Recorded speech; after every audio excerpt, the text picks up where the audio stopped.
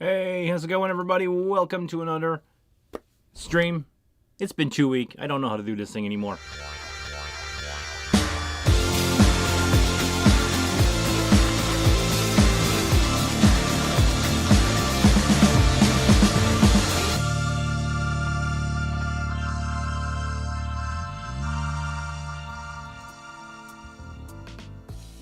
How's it going, everybody? Welcome to another Monday live stream. I'm so glad to be back. When I say back, I missed the show for 2 weeks and I just don't know how to do this thing anymore.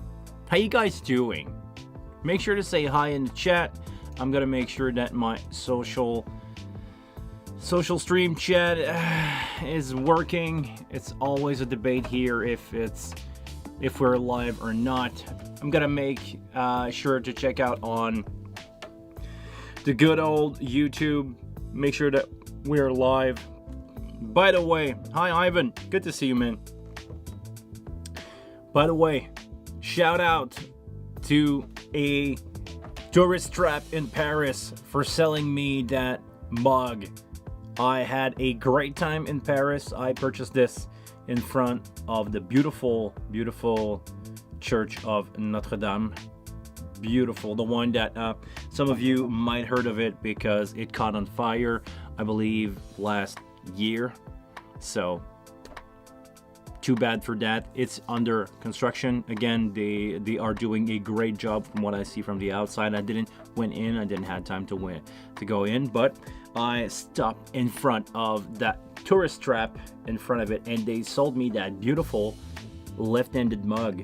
And you guys will laugh at it because when I say left-handed mug, but there's so many mug out there that are on the wrong side, or the logo is on the wrong side if you're left-handed. So it's not much, but I appreciate it. First, let me say hi to Ivan. How's it going, man? Do we have a social stream that is working? Yes, we do. Hi, Ivan. Good to see you, man. Dolls of Dream 97, or should I say Nick, better known as Nick. Good to see you, man. Good to have you back here. How's the setup? Because I've dusted out some stuff. I did some change to my internal rack. Guys, let me know. Is the sound okay? Do we have the sound from the microphone? I think we do. Yes, we do. Do we have good video, good audio? Streaming seems to be fine. Yeah, sounds good. Am I bugging you enough? Scratching that mic? All good, all good. All right. Good to know, good to know. Good to be back with you guys. What are you up to? What are you guys have been up to? We're gonna talk about my trip in France a little bit later because it was my first time really going out of Canada, being in a different country, doing multiple show. I've been I've been around Canada, which to me is a different culture. Being French Canadian here, there's a different way of working between French and English Canadian. Maybe you guys don't know that, but we do borrow a lot of technical stuff from the theater world in France or in Europe, should I say, where the Anglo or the ROC, the rest of Canada, is more in the mindset that the state has. So different, tweak here and there. Mostly for the most part, it was great. I had a great time in France. Anybody in France, tout le monde de la France, bonjour. Merci pour l'accueil. Thank you very much for the super cool welcome there. I met one of you guys out there. I've had a pleasure to meet Vincent. I believe it was in Troyes, the city of Troyes. Je me rappelle plus. I don't remember which city exactly it is because we did 5 shows in 5 days in 5 different cities, but I tried to remember the order and it's already a blur a few days after. Maybe I'm just getting old. Maybe I need some more coffee. But yeah, I had the pleasure to meet Vincent. Great guy. He was the tech director at one of the venue that we did. Beautiful one, by the way. Really cool place. We had a good stage. Really cool crew over there. Everybody was just nice and everything, except in Paris. And even if you live in France, you know that people in Paris could be something. Seriously, it's really funny. Let me tell you that story real quick. We had a reservation at a restaurant for 6 p.m. Nothing out of the ordinary there. We went in at 6:05, maybe 6:10, and we go to the waiters, like, set up, and we go, hi, we have a reservation for like 6. We're a group of 15. We have a private room upstairs, so can we get there? We'll arrive. Basically, hi, we're there. And we're told, no hi, no nothing. Oh, you guys should have waited outside. Like, oh, okay, well, sorry, we didn't know. Oh, it's gonna be fine. We'll just let you in right now. It's like, really? Like, this is how you, like, hi, how can I help you? Really fun story. Just to describe, if you've never been to Paris, les Parisiens sont chiants. People in Paris, especially in the tourist area, are well, I'm gonna keep that one in French. If you know, you know. Ivan. Last week I did some show with the Wing on Halloween. I was mixing with the compact Rock Band 19 input and a lot of internal processing. Okay, really nice. Well, the console is really good. Funny enough, I just finished a recording session. I recorded some friend of mine on Saturday, and I can try to whatever, I'm not going to try to replicate that. I was about to load the session, but it will blow my thing up, so never mind that. All I'm going to say is I recorded using only the Wing Compact, only this one. I did a full band recording with just the console. We did it in multiple parts, where in the beginning I had 16 inputs of drums, so kick in, kick out, snare top, snare bottom, one for each tom, so tom, first floor, second floor. Pair of overhead right under, a Beta 57 on the hi-hat just for fun. You know, the usual suspect for microphone, my pair of Beyer Dynamic, the D71C and the D70 Outkick.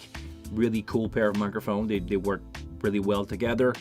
After that, we had the SM4 from Shure SM4. I did a review of that a couple months ago on the channel. I did the full unboxing of those microphones. Those SM4 sounds really good for overhead mic.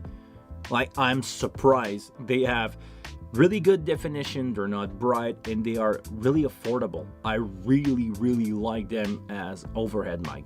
They have a really great sounding, capturing the whole kit, sounded amazing. After that, after those 16 input, oh, by the way, I had trigger on all the drums, not to really use as trigger, but for gate. Oh my freaking god, I love to have the D-drum trigger on the kick and snare for gate. It's so easy to just use them as just the way that they are. You just put them on, gain it up, use that as a side chain for your kick and snare. It's so clean. It's cleaning up so much of the mix. Like, even with the Logic gate, it worked fine. So I cannot wait to try that out with the Wing stuff. It's gonna be amazing. I definitely want to have that. I purchased a kit of D-drum trigger used for a couple $100. Man, it's worth it. It's definitely worth it. I love it. Okay. After that, after the trigger, I recorded bass at the same time as the drum. We just had a DI pre and a SansAmp out. I'm basically just using the SansAmp. The bass DI clean was just for like having a safety. And after that, when it came to guitar, at first when we recorded the drum, because the whole band had to play together, they didn't play to a click track. When the whole band was recording, I used just a single input per guitar, used one of the amp in the console just to record, you know, pedal board straight into that. I've used the deluxe amp, sounded great, was close to what the guitar player had in the room. And after that, when it came to record guitar, I cannot wait to show you guys those recordings. They turned out amazing. I've used on the guitar a M160 and a SM57 at the front and a 57 at the back. You just phase reverse it at the back. You put it basically at the same spot as the front 57. So usually on the guitar cone, I put my M160 dead center, like really as much in the center as I can. I put the 57 a little bit on the side, and after that on the other side in the back of the amp you put another 57 phase reverse, basically like a snare top and snare bottom. When you listen to the back microphone by itself, there's not much to it. It's just rumble, you know, that stuff that you try not to have too much of in a guitar.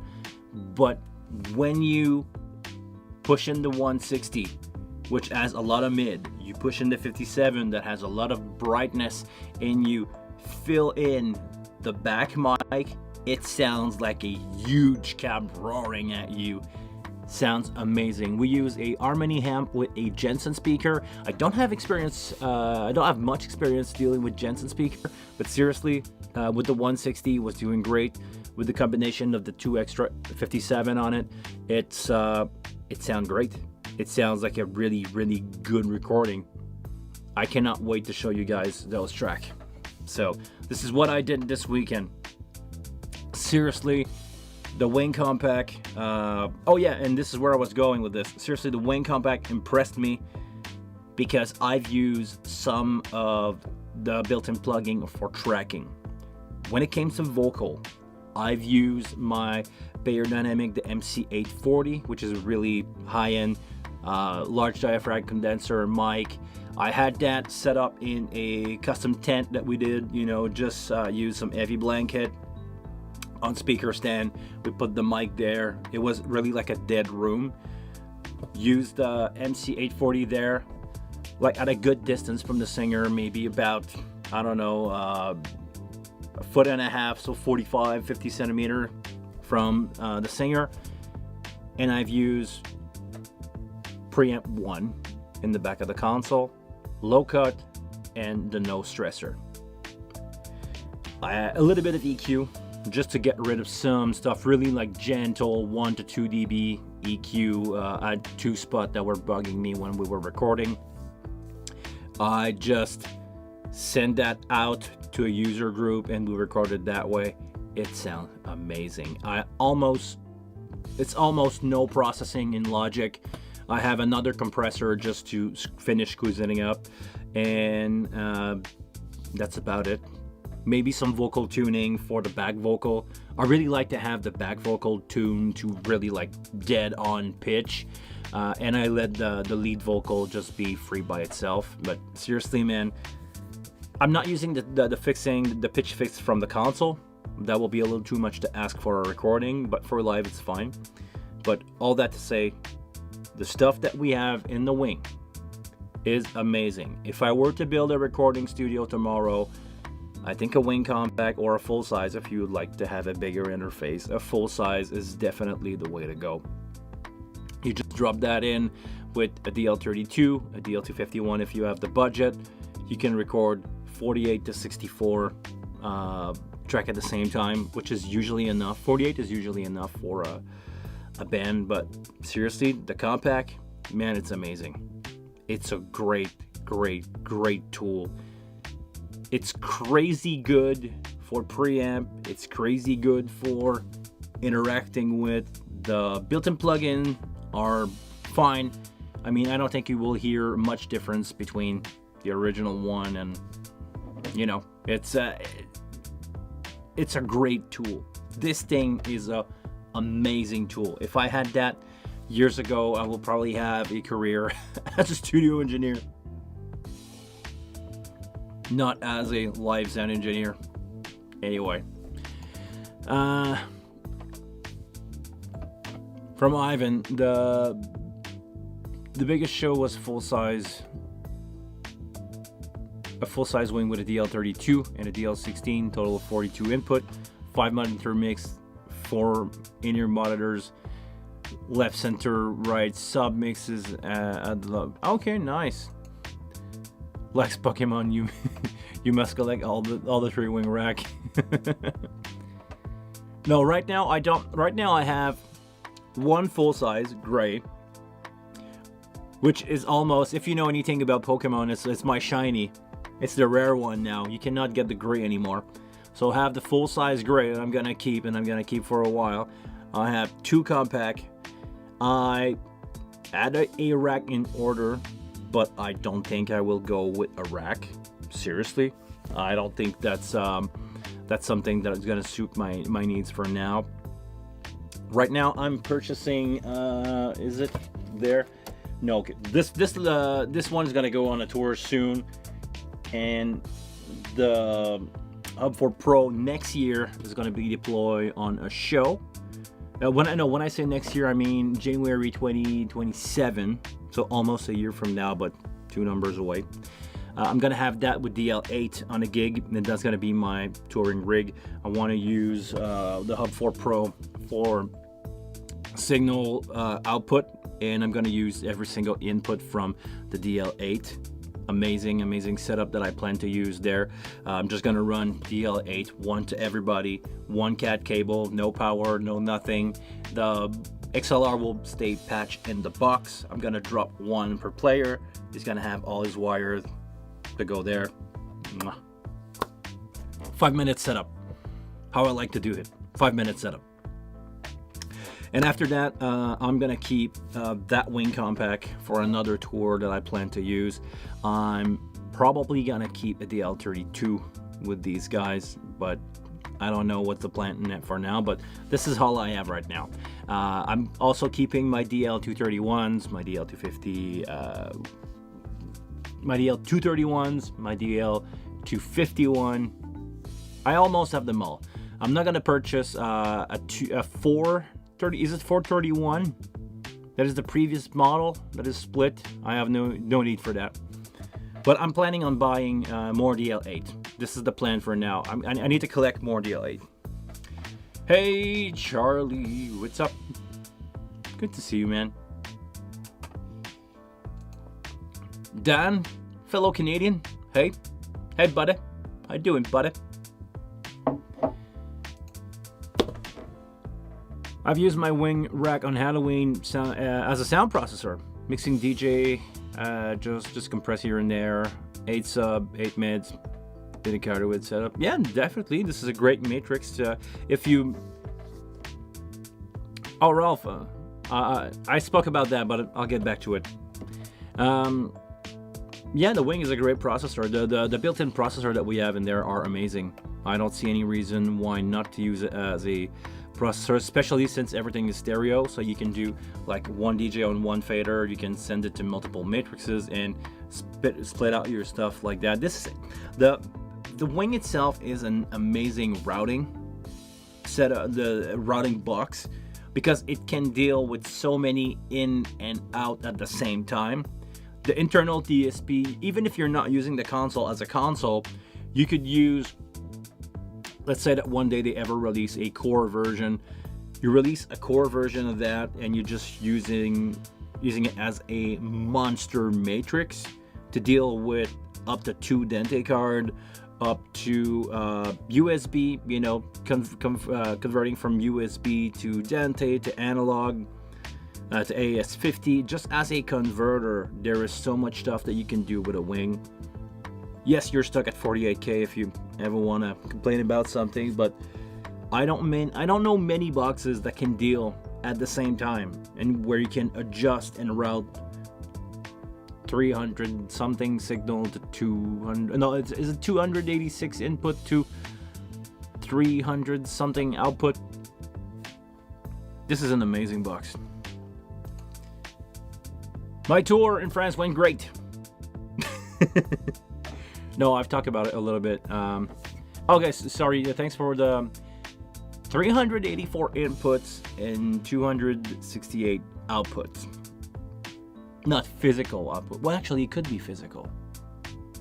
Most of them could be physical. 386. Okay.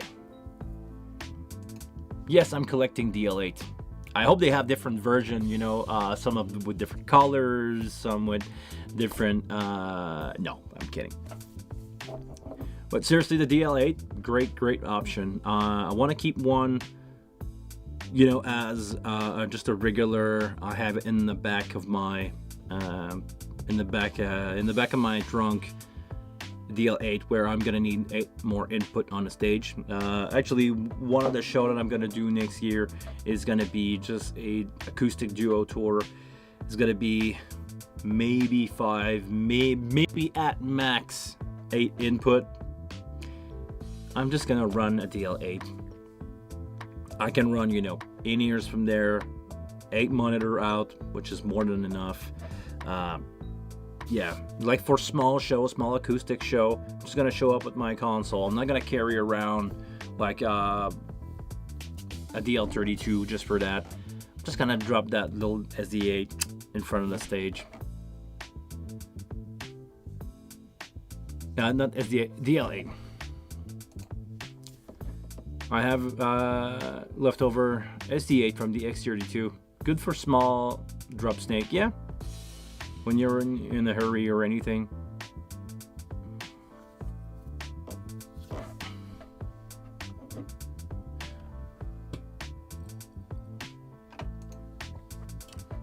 Hear the roar.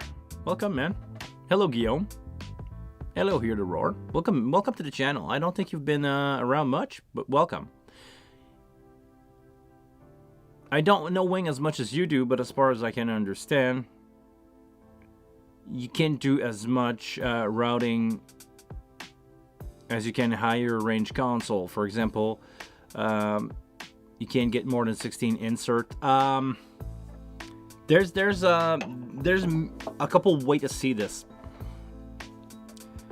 You can do, well, there's different workaround. I'm gonna say it this way. If you want to do a custom insert where you have a block that you insert in a channel strip, yes, you are limited to the 16 built-in insert.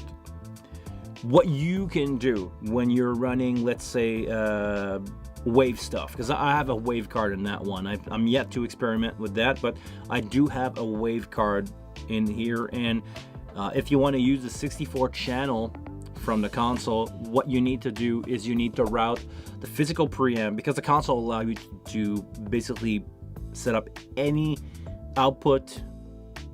You can play around with it. You can set up gain. You can set up phantom power. You can select if you want that input to be in phase or out of phase. You have a polarity flip on every single output. If you are dealing with all these input, you can take a physical preamp. Let's say that you have a stage box like a DL32. You can take a DL32, you can set up your gain from the routing menu source setup. You set that up, you patch that into a computer to a wave rack. Some people use Lab Professor. You can take a physical preamp, patch it to your computer, bring it back in the console, and use that as the source for your channel. And this is how you would insert some stuff. You would go preamp into computer, Dante, wave, USB, bring it back into a channel. It's not the ideal way to do inserts, but seriously, if you want to use wave on a channel, you can just take a wave processing unit. You can take a wave server, send your preamp to that, bring it in the channel, And after that, you have basically all the effect of the channel that you can use. The only downside is you are before the gate if you want to do something like that. But seriously, in a situation where I would really want to use the wave stuff, I want to use wave plugin, the only sacrifice that you would have to do is to use a gate first in your chain if you want to have a gate on that channel. After that, you set up your, let's say that you want to do a full process vocal. I would use a source extractor for that, or a expander of any kind, just to get rid of the background noise as much as possible. So I would take my preamp, patch it into a wave sound grid. From there, I would put a expander or source extractor, whatever. I would put my C4, Vitamin, Auto-Tune, compressor. Well, actually, first compressor. After that, I would use my C4, my Vitamin, my processing, my Auto-Tune, and I will spit it back in the channel. And from there, I will have now the option to use the compressor and EQ from the channel and just forget about the gate. And that's pretty much what my setup would be anyway. So no, the console can deal with the full 386 and 368 and 268 out. So no, the console can deal with all that stuff, so don't worry about it.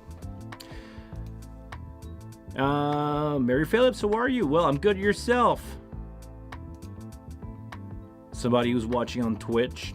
For the few who's watching on Twitch, thank you very much. We do appreciate the Twitch world. We're actually more on YouTube here, but definitely more than welcome to have people on Twitch. I would see myself using a wave for extra reverbs, delay, graphic, EQ, or special effects. Patching the way that I just said. The free up swing effects rack for other stuff. Yes, definitely. You can take any bus and patch it to... Hold on, Dan, you have another correction. 384 input and 368 out. Okay, I don't know anymore. Thank you for this precision. So you would do the same as the M32X32. The downside is also preamp control on the channel, if I'm correct. The preamp control would be from the source menu, but I don't know how you deal with gain. Most of the time, seriously, when I set up something, I just do my gain once and I kind of never touch it again. Once it's set correctly, I just leave it as is. If I ever turn down a gain, it's for the rare occasion where the source is gonna make that preamp clip. Otherwise, I just live with it. I'm not playing around, especially when I'm in show mode. I don't play around with gain. I try to avoid that at all costs. If I have clipping, I will turn it down, but otherwise, I'm just gonna leave it as is. Yeah, that's pretty much it. If I was doing a ton of monitor mixes and wanted to use wave, I'd use Stage Connect, basically Stage Connect patching out from the wave, and yeah, you just take this thing here at the end, 4816U, and that's pretty much Stage Connect for you. With USB and Ultranet, but you can use it with that. You can use that box in and out, or you can use that box and do 16 in and out, or ×2 to drive wedge or in your monitor. Okay, you would not. Yeah, there's many ways to do it. But basically, yes, you take a source, you send it to your computer, you bring it back, and you send it back into a channel. It's pretty much the way to go.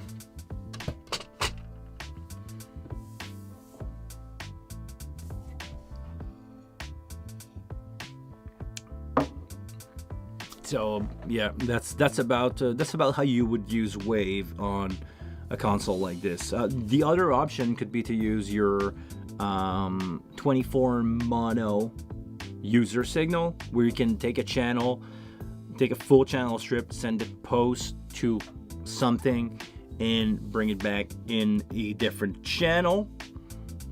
That's one way to go if you have channel to do that.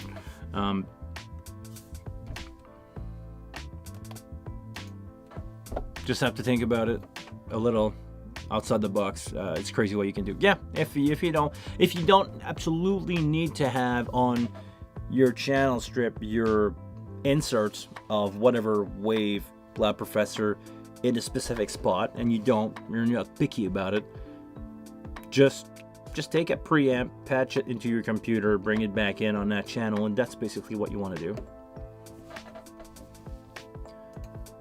Yeah, it's just a workaround, but yeah, definitely a powerful unit. Seriously, I really like there's so much power in. Some people will complain about it, but so much quality inside those rack unit, man. Yeah, definitely a good setup. I'm convinced. Funny enough, a friend of mine, well, no, not a friend of mine, a colleague that used to play a lot with the SQ series, purchased a Wing the other day. He got a compact with it, the L32, and he's selling it because he didn't like the tone of the console or the way it reacts. I don't know about you guys, let me know, but I really like the tone of these consoles when it comes to do rock and roll music. Not so much like fun. I was talking last winter when I went really deep into the north of Quebec territories with a guy who's doing a band that some of you may have heard called Despise Icon. Really heavy metal, really fast, brutal music. And he was telling me that the way the console handled transient, the response of the console, like in the big picture of things, the response of the console was an issue. It's not reacting, the way that the preamp are reacting is not fast enough to not be in the way of the band. But we're talking about, heavy metal drums with triggers everywhere that are sending out real fast, let's say double bass drum, double snare, but not double snare, but really fast snare, blast beats and stuff like that. And he told me that the console, he tried the Midas stuff, the Pro stuff, and it was not reacting quick enough, so he preferred to stick around with something like an Aventus, because the way that the transient response from the console was handled, it felt a little faster on those console. And I believe this is kind of true when you understand how the Midas stuff is working. This is a really smooth, like the Midas, you just give to it and it's gonna spit out a smooth version of that. Really, it's gonna have a color. It's gonna have a way that the sound is sent into a microphone. It's gonna respond to it.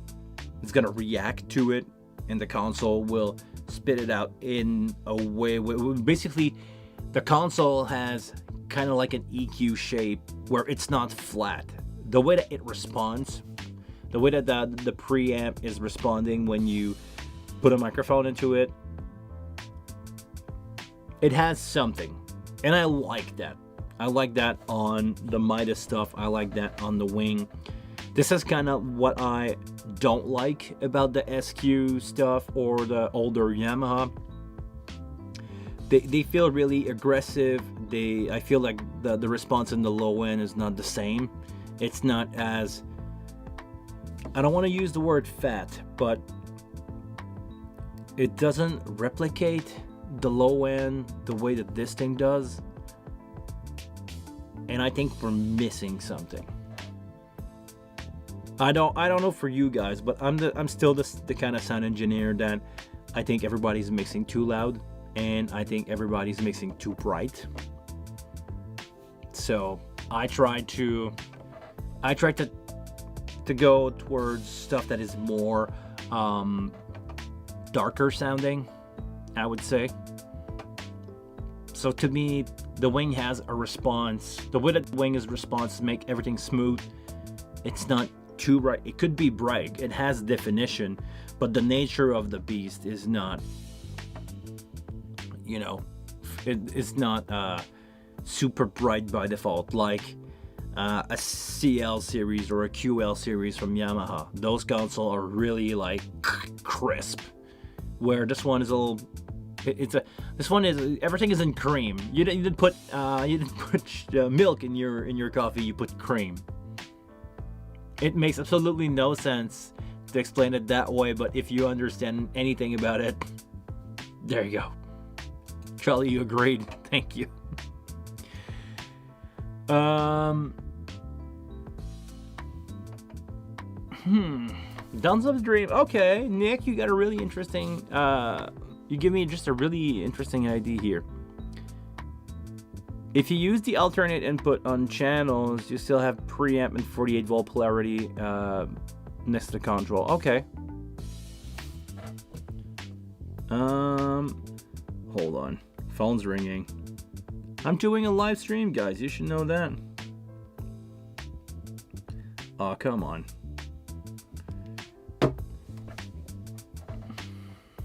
Do not disturb.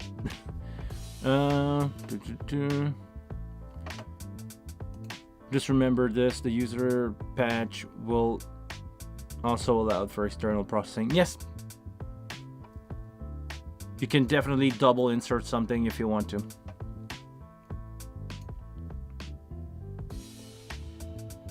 I agreed about the loud. Might be guilty regarding the too bright. Yes, but try to be aware of that. My people complain that I mix too soft. Perfect, man. Okay, you guys saw the live stream that I did maybe a month or two ago when I was live in Saint Sit, big PA console. Basically the video is a vertical video, your POV, the console with the stage in the background. You can hide the band with your thumb, but you see the video there. I did my sound check and I was mixing at around 85-90 dB, and the PA Tech came to me. It's I was mixing next to American band with their big Digico, their 338 and their 225 big Quantums console. And the guys apparently were loud, so the PA Tech came to me and he said, "This is the first time in my life that I ever said this, but could you mix a little louder, because I will have people complain that they don't hear it in the back." And I agreed. I was low, but I raised it up to 93-95 dB, and I felt really comfortable mixing at that level. I don't remember from the top of my head the chart where you can have your ear, exposed to a certain amount of dB for a certain time, but I believe for an hour 15 of show like I did, 95 was just around the limit. After that, you need to take a break, and that's about where I like to do my show. Same thing that I did in France. I was mixing at kind of small venue, like maybe 300 people cap, and the guys were telling me, most of the guys were telling me everywhere were like, "Wow, man, it sounds good, and you're not like loud at all." And I was mixing around 90-93 dBs. Maybe at the end of the set, I was pushing some of the punch, maybe at 95-96. But I've been around 98 dBc, the loudest for one of the venue, and some people were complaining. Funny enough, some people were complaining that I was mixing like with the sound of the stage, and to them, they didn't like the fact that I didn't had any snare in the PA. But I was watching the show. We didn't have a lot of people there. Let's be honest. Newcomers, emerging project from a different country. In France, we had maybe anywhere between 30 to 100 people per shows. The smaller one was 30 people, and I was like, why would I crush these guys under loud music if there's 30 people in here? I'm just gonna make it so it's enjoyable to listen to. I basically took the stage volume, added the kick to the physical kick that I was listening, just to get, what I was missing in the sub for that low end kick. After that snare, nope, I was hearing it from the stage, didn't use it. Just, pushing the tom a little bit. Overhead, probably off most of the time. They were just there for in-ears. And after that, bass and guitar, yes, I needed to put those in the PA, but I was running my bass to stage volume, pushing it so I can feel it in the sub, and that's about it. Same thing for guitar. I was like hearing the guitar amp in front of me, pushing it so I can just barely feel it in the PA. It was, covering everything. The only thing that I had to push loud was the keyboard, because they don't make any noise on stage, and the vocal, because they don't make any noise on stage. But I built a full sounding mix with a lot of subwoofer at around 90 to 92 dBA. No, was it dB? Yes, dBA. I always mix up the two. Yeah, but dBA. It was something like 92 dBA and 102 dBc, which is loud enough. Because actually, I forgot to mention, in France, they have dB limitation. You cannot mix over, I believe is 102 dBc over 15 minute, and 118 dBA over 15 minute. But seriously, I was not even close to that. But they all have, every single venue have a dB meter, and basically they will tell you to turn it down if you push more than that. But even at 100 person in the venue, I didn't feel like, it was a small venue. Why would I push the kit just for the sake of pushing it? And this is something that a lot of people seems to don't really understand. Set up your drum kit. Make sure that your kick and maybe the snare are just over what you have on stage, and that's your basic. You don't need to go any louder than that. If you want to have, learn to mix as quiet as possible, and learn to mix with stage volume. Take your stage volume, put that. Mario, when you say 100, is it 100 dBA or dBc? Because it's a big difference between the two.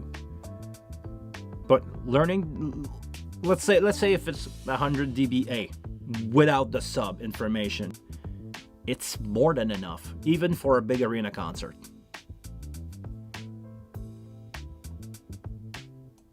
$100 dBA, it's fine.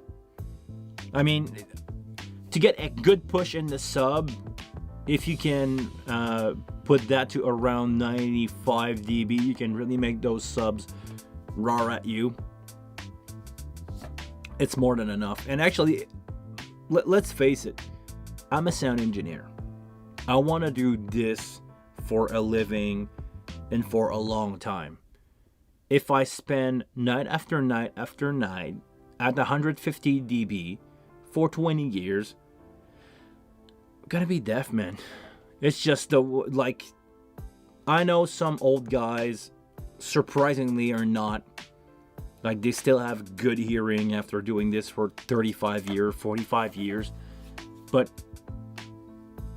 I don't want to take the chance. I want to have good ear. And even like the older that I'm getting, I feel like I'm losing the extreme highs, like anywhere around the 15k region. I don't hear much over 15k anymore. So that's just natural, like life happening to my ears. I don't want to put more damage than I should to my ear. This is my tool. If I'm losing these, I cannot work anymore. Well, I can probably do like all the old deaf guy that just done it so much that they know how to EQ a 57 on a guitar, and they know how to EQ a 57 on a snare and make it sound okay. But if you ever see me mix at crushingly loud level with way too much 4K, you know exactly the kind of show that I'm talking about. With too much 4K, too much high-end information, you know, anywhere between 2, 4, 6, 8K. This is the stuff that hurt, like at really loud volume. So, yeah. Headphone kill high in your ears? I don't know. I don't use headphones. Seriously, I don't use headphones. It depends on the gender. If there's louder moment and the overall quiet become intimate and powerful is good. Yes, actually, the what you're talking about. Oh, playing softer if the venue is in full. Yes, definitely.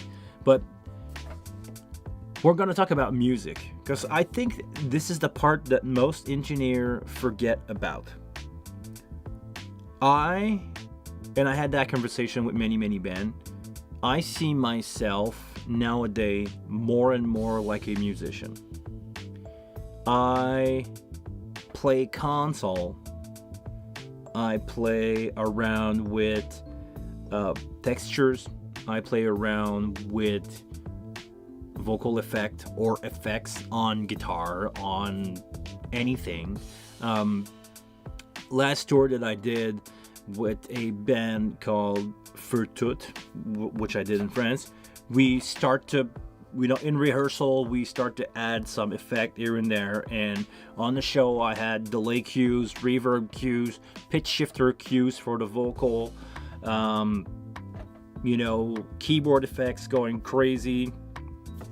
I talked with the band about doing some fade in and out here on some instrument for one of the songs that basically bass and guitars are kind of dying and it's ending up on a drum solo.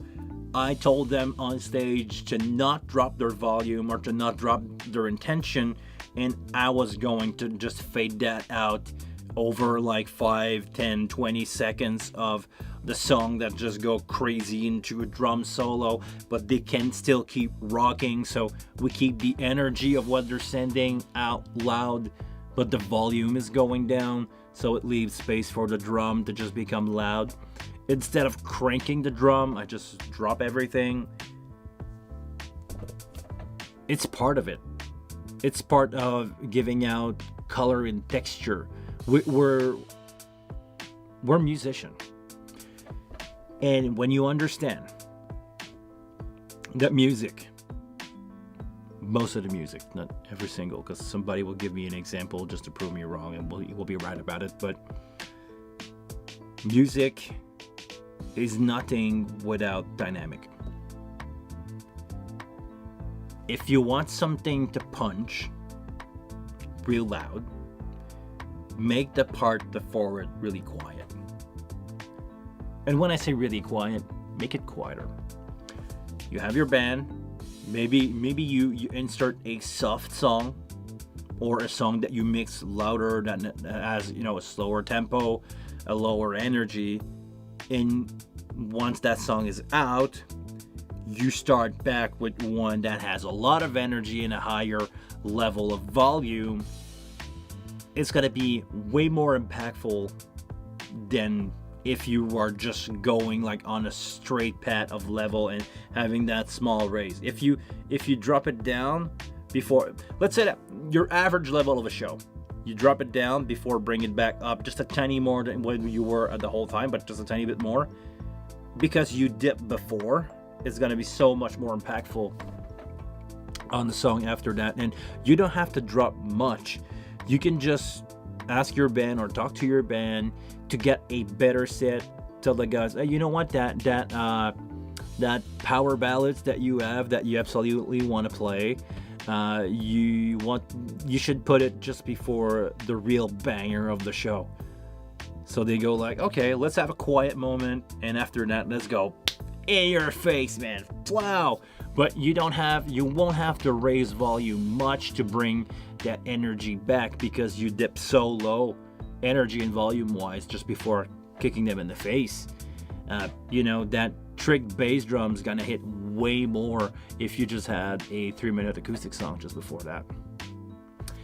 So yeah, this is how I believe thing should be happening as a musician, as a console player. Is that a thing? Console player, I guess. I play console. I make people happy. This is what I do for a living. I make people happy. So, guys, we've been going at this for 55 minutes-ish. Is there anything else that you guys want to talk about? The floor is yours, absolutely. Thank you very much for supporting me in this speech, Mario. Really appreciate that. The floor is yours. Is there any subject that you guys want to talk about? Thank you. No, thanks to you, man. Thanks for showing up.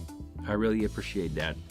But we still have a few minutes. I want to go over the 1 hour mark. We still have 6 minutes to go if we want to hit the 1 hour mark. I like to do those live stream at least an hour. I like to keep it interesting, so if you guys are really bored to death with what I'm saying, we're just gonna cut it out.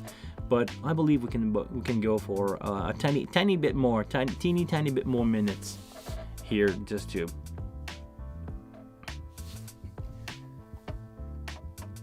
play around. Finally got some Beyerdynamic kit. Finally got Beyerdynamic drum kit. Man, what do you have? Do you have the D71, D70, the D57 and D58, not to be mixed up with SM58. They're probably equivalent of the Shure Beta 98, but the condenser drum kit from Beyerdynamic, the TG series, man, this is amazing on drums. Probably one of my favorite drum kit. The clamps on it are amazing. The tone is amazing. It's been a long time, but I used to work with an artist that was sponsored by Beyerdynamic, and we had all the TG kit for the drum that we wanted. So I still have around a couple of, actually they're not, I used to have one there. Do I have another one? I used to have a drum kit on the panel there. I love those microphones. I seriously think that they gave me gigs, because drummer, when you surprise a drummer about how good it sounded in his ear and you didn't do much, and he's talking about it to the other people in the band, it's free publicity to you. And these drum mic sound so good, so open, so detailed, and some of them that I have are beaten to death. Some of them that I have are broken and re-glued together. The TG Drum Pro, I don't remember what's in that kit. I know it's a kit that you could buy. Do you have the MC930s overhead or the I-52? because it's a different, level of condenser. Not that they're bad, but the 930, the MC 930s are really, really good overhead mic, really good condenser, like KM 184 version. The D57, the D58, yes, the D57 and 58 are the drum clip that I never remember which one, but one of them is a 90 degree and the other one is a straight gooseneck. The D71C, that's the plate that you put in the bass drum. Probably one of my favorite bass drum mic. The D35. The D35 is the dynamic tom microphone. And in the D35 for snare. Okay. Tried the 50, 57 and 58 on snare. Seriously, D57, D58, and D71Cs are my favorite microphone for drums. I really like the D6 from Audix, not Beyerdynamic, the Audix D6. Really, really cool mic for a dynamic outkick. But my favorite plate, my favorite inside the drum, the kick drum mic, D71C. I don't EQ it much. I know mine in and out. Just a little scoop around 200 and a little scoop around 2K. I don't know why. I always feel like there's a little too much 2K in that microphone. Not a usual cut for a bass drum mic, but it sounds well balanced between the low end and the beater, the snap of the kick. Sounds really, really cool. I really like that microphone. The D6 is kind of the same thing, but the BA19A. Actually, it's good. I've tried it. And if you're a band on the really on a budget, it's gonna work and it's gonna sound fine. It's probably gonna need a tiny bit more EQ that you would, but yeah, it sounds good. It's usable. It's usable. But my favorite combo, I believe, is the 71C and the D6. I cannot stand the... So you're wrong, Sen had the other... okay. The... TG Drum Set M Mark II. Pro M. Pro M has the... I think you have the IN condensers in those. It's the 930. Which is the flagship small condenser mic from Beyer, if you don't know about Beyer much. But yeah, the Behringer one is fine.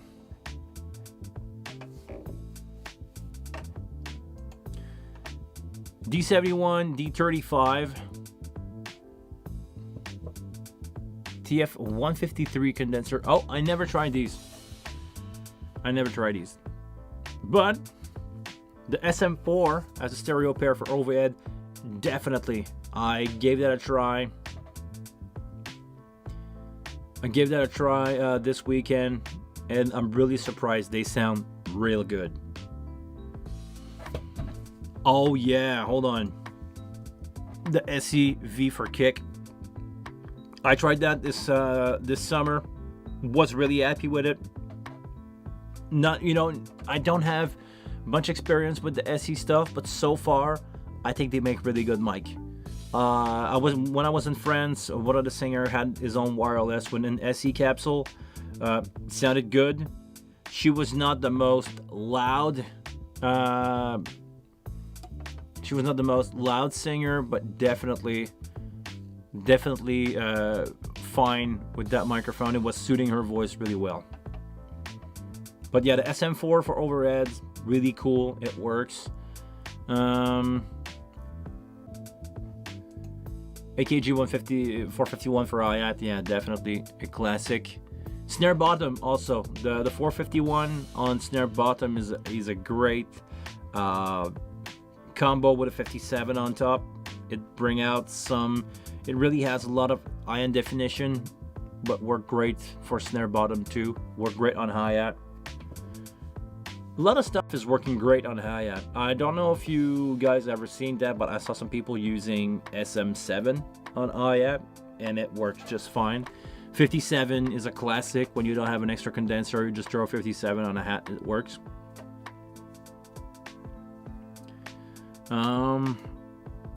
Rode M3 for hi-hat. Never tried the M3.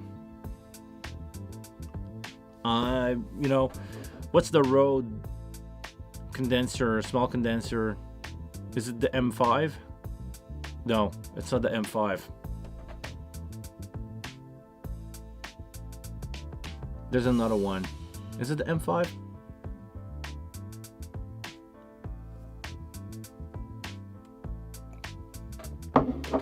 I don't have much experience with the Rode stuff.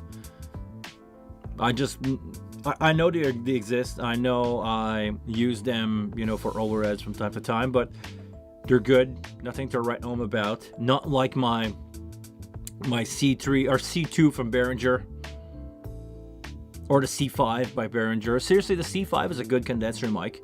If you guys are on a budget and want to get, just extra condenser mic, the C5 from Behringer, sold not as a pair but individual, are just fine. They're not too expensive. They work great. Not my first choice if budget is not an option. Of course, I'd like the AKG 414 NT5 for overhead. Yeah, that's the one that I've tried a lot. NT5. The NT5 is a great microphone for overhead. But when I say great, it's a good microphone. I'm not gonna say great. I'm gonna say it's a good microphone. I've tried those, worked just fine. I prefer 414 if you ask me, or I probably prefer a pair of U87 on my overheads, but probably don't have the budget or the availability for that much. Yeah, C414, classic mic. If the C414 is one of those mic that is a one-trick pony, or the not a one-trick pony, it does it all. Like, it's your one-stop microphone. If you have a C414, you can record anything: percussion, guitar cab, acoustic guitar, vocal, drum overhead. It's kind of like the 57 of condenser. Like, if you have to have in your collection one condenser microphone, C414 is not a bad choice. Not the most affordable mic ever, but if you only need to have one, like you have a recording studio, you want to have one microphone that does it all, you either a SM57, because an SM57 can do it all. You can use a 57 as drum overhead. You probably will have to EQ it a lot, but you can make it work. But a C414, yep, it's actually one of the two mic that you need to have. A C414 and a 57. If you have that, you can pretty much do anything. You can actually do a two mic drum recording setup with a 414 in front of the kit and a 57 inside the kick. Not my favorite setup ever, but a 57 in that kick, it's gonna work. You will have to boost the low end a little bit to make it work, but it's gonna work. Yeah, funny enough, I hope one day I can record everything with just 57. I can, do a show like in a bad situation where you just go 57 everywhere, or 58 on vocals and 57 everywhere. It's funny because you can, if you want to have the natural sound of the band, you just need to do one EQ on the main. You just EQ a little bit of 300 or in the round of 300 and a little bit around 2K, 2K5, 3K. You just do like small 3 to 6 dB EQ curve there, and make sure that you have low cut on everything, and that's the natural sound of the band. You're good. Hey Johnny Garcia. How could I go about the main worship leader singer singing up front with the wireless mic? Have them to talk only to Ben to give instruction without make it obvious. I'm gonna rephrase that because I want to make sure it makes sense. How would you go with the main worship leader singer up front with a wireless mic? Have him talk to the band basically and not make it obvious. The solution that I know of, that I can think of, and there's only one that I'm aware of, it's gonna be a Shure Accent series microphone. I've never said it's going to be cheap, but the Shure Accent, you can have a wireless mic with a add-on that you screw in between the capsule and the receiver. Because let me grab this one here. I have a wireless. This is a ULX D, but it's going to be the same principle ID. You can unscrew the microphone. I'm screwing the battery compartment. You can unscrew the capsule of the microphone and insert a little add-on with a knob here, with a push button on the side of the microphone, and you put it back on with the capsule on it.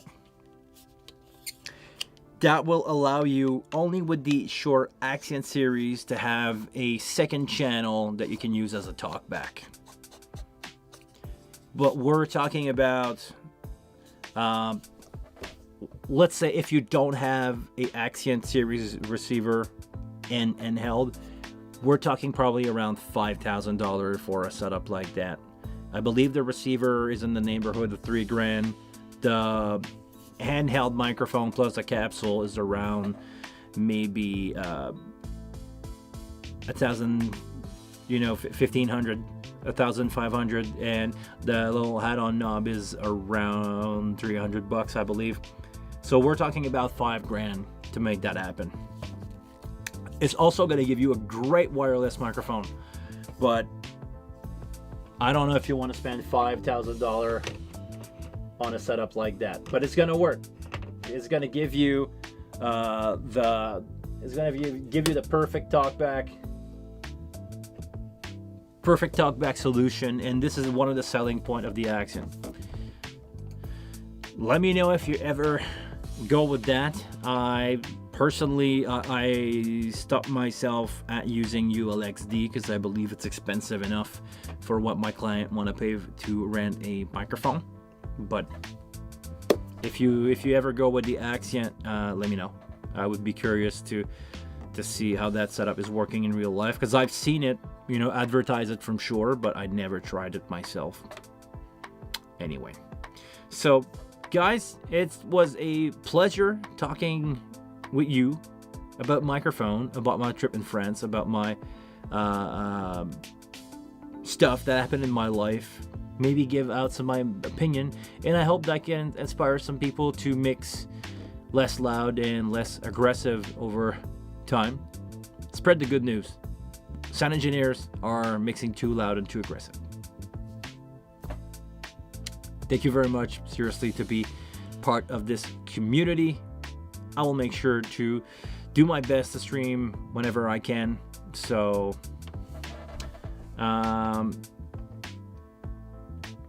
thank you very much. Thank you very much. See you next week on stream. I'll do my best to be here next week and as much as I can. Oh, thank you very much. Thank you guys for a stream. Johnny, do you ever give one help if we've never need help with questions? Yes, I do. If you just have a question, you can send me an email or hit me up on social media. But if you want to have one-on-one consultation, I do offer those, by the way. It's been a long time since I've said it out loud, but I do offer a consultation if you guys want to do like an hour session, a session for an hour, and we can go over your stuff, or I do a consultation fee for that. So if you in need of anything, give me an email, send me an email.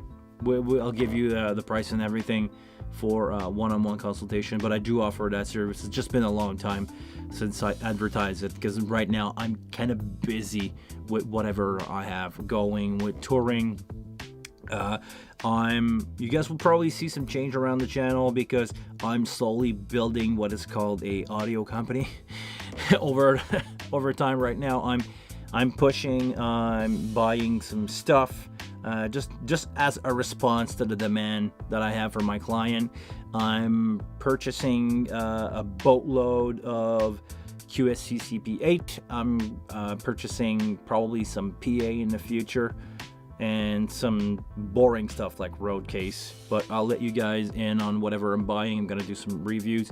I have also in-ear review. If you guys are into in-ear monitors review, I'm not gonna tell you what, but I'm gonna tell you who.